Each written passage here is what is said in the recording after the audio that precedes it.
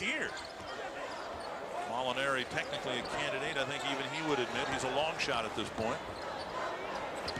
And the schedule certainly not helping the Gophers as they try to get things together. The 6-game losing streak, 2 of those losses. One to Ohio State, ranked number 2 at the time, and one to Wisconsin, ranked number 3 at the time. 3 to shoot. Webster, a desperation shot, caught near the basket by Javon Shepard. Nice pass across the lane. Now it's kicked out of bounds, and Michigan unable to convert on the break, down by the point. Number 50, Spencer Tollickson, 33, Jamal. Minnesota with 11 conference losses that come in 2 different streaks. They had a 5-game conference losing streak, now a 6-game conference losing streak. Well, again, a couple of things they're doing pretty well in this game. They are not allowing Michigan to beat them down the court and get anything easy early. And number 2, their work on the offense, or the defensive glass, I should say, has been very, very good. They're making things tough for the Wolverines thus far, making them have to earn everything. Tipped out of bounds by Tollickson, and Michigan will have 18 seconds left on the shot clock. Well, we mentioned the 49 points that Michigan scored on Minnesota in the second half a few weeks ago in Ann Arbor. And so much of their offense came out of their defense, and if anything, Minnesota was guilty in that game of not getting back and stopping the Wolverines.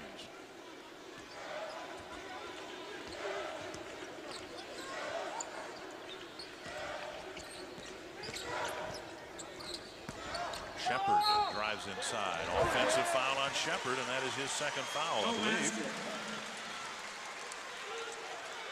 Second foul on Shepard. Player control foul, 15, Javon Shepard, his first, team third.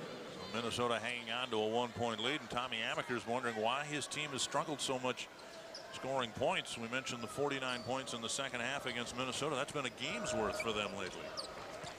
Well, turnovers have really, really been a big part of it. And then I think just the hesitancy on offense. Hey, if you got a good shot, take it. You know, a lot of times guys will turn down what is a good shot, take a couple of dribbles right into traffic, and now it becomes a much tougher shot, even though it might be closer. Abu-Shamala with a great feed to Coleman. Shamala has been the star of this game, and because now you have to readjust your defense because he's been a shooter and a scorer, you go out on him now, he puts the ball on the floor, able to put it on the floor and find a teammate for an easy basket. He's playing well. Shepard with the seat of his pants, doesn't lose his dribble. Sims fouled from behind by Tollickson. Jamal Abu-Shamala is 5 for 5, all of them jump shots, but he's also got the prettiest assist of this game so far. State at home against Iowa. A couple of teams that might find themselves in the tournament. Iowa needs to finish strongly. But that's typically been the case for the Hawkeyes. They've done well, in particular, the last couple of years in the Big Ten tournament. Petway. Now Harris dribbles into a double team. 3 seconds the call. So the violation occurred in the lane, but the cause for the violation was out on the wing. We're at Williams Arena in Minneapolis, where it is warm and dry, and Minnesota, of course, not in position to be anywhere near the bubble, but a key game for the Wolverines. Along with Greg Kelser, I'm Dick Bramer, and the Wolverines are on the run. Basket, and a chance to tie it up. A chance for a 3-point play. Well, it's only the first time that Michigan is able to get a break down the floor with numbers. And how about Smith? Another very fundamentally unflamboyant pass or non-flamboyant pass that nets high results. And that's the thing that Tommy Amaker has been trying to impress on him. Make the simple pass, and we'll appreciate it, and certainly will benefit. Abram with 6 points, and it's really frustrating for Jim Molinari. He had 6 charging calls whistled against the Gophers in Bloomington on Wednesday night, and he thought he might have been able to get one there. And instead, it's a 3-point play for the Wolverines. 7 now for Abram, and we're tied at 19.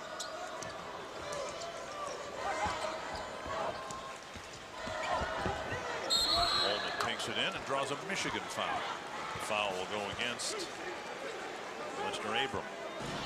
For the Wolverines, tough home games coming up, Michigan State and Ohio State. But as you pointed out with Tommy Amaker and said earlier here on the broadcast, they're really in control of their own destiny if they can run the table. Well, you know, they finally got a good win against a ranked opponent, Indiana, at home. Now, looking forward, if they can get this win today, and then, of course, with 2 games to close out at home against Michigan State, that would be a quality win. And, of course, Ohio State, that would be a humongous win. I think Michigan gets in without benefit of a win in the tournament. A lot of work to do, a lot to ask, but it's there in front for them. They don't have that really impressive road win, but as we showed you before, not many schools do this year. Coleman rattles the second one in. 5 for Coleman, and Minnesota back in front by a point.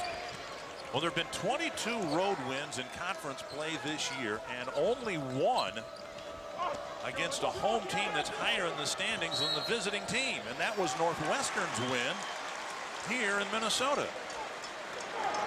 So there has not been a road upset in the Big Ten to speak of all year long. Look at that, 11 road wins for the bottom 9 teams in the conference. It's been incredible. And 4 of those have come in Evanston. McKenzie with a pump fake puts up a 3 off the front of the rim, but out to the wing it goes to Abu-Shamala.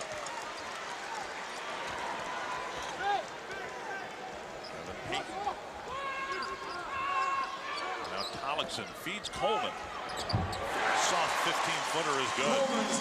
Excellent movement without the basketball. And right now, Minnesota helping each other, setting solid screens to get open shots. Coleman caught that with no one near him. Minnesota doing a nice job without scoring from their leading scorer, McKenzie. You have to feel good about that if you're a Gopher. Tollickson thought he had the rebound, lost control of the ball, then took a hard foul. He was the ball was tipped by Sims. And let's check and see. Tollickson is okay. Of course, he is recovering and is playing with a healing left hand. He broke a couple of bones in his left hand. Hard pass to Coleman. He can't handle it. And Tollickson still wearing the wrap and the pad on the back of that left hand. I've always liked Tollickson. I remember him as a freshman. I thought he had excellent footwork for a big post guy. Could get some things down low, especially if he's going against one-on-one defense. If you don't double down on him, he can make you pay. He may be the most critical player on the floor for Minnesota here for the balance of this game. Jonathan Williams has been sitting for quite a while with 2 fouls. Tollickson was in foul trouble in Ann Arbor. And a 3 for Lester Abram, and he's got 10 points already in this half. Abram got a nice screen set for him along the baseline, was able to catch that and really take his time on the shot. McKenzie has not scored for Minnesota yet in the game. Tollickson gets a loose ball, feeds Abu-Shamala, blocked by Petway. I think the pump fake killed him. If Abu-Shamala could have gone up immediately with it, he'd have had an open shot. The pump fake gave Epeyuto a chance to recover. Petway drives into a double team. This is Harris. Plays with a lot of heart, enthusiasm.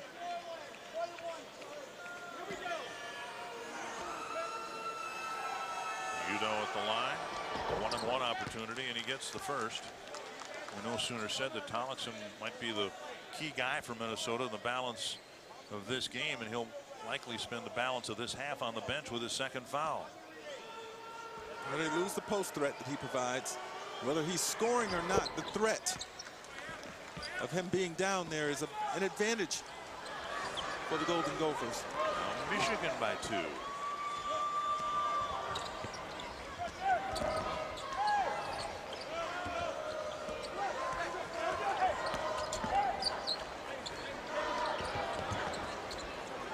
Coleman has tried to pick up some of the scoring for Minnesota. That'll tie it, and from the line he'll have a chance to put Minnesota back in front. So Dan Coleman picking up where Abu-Shamala left off. He scored 9, and we're tied at 24.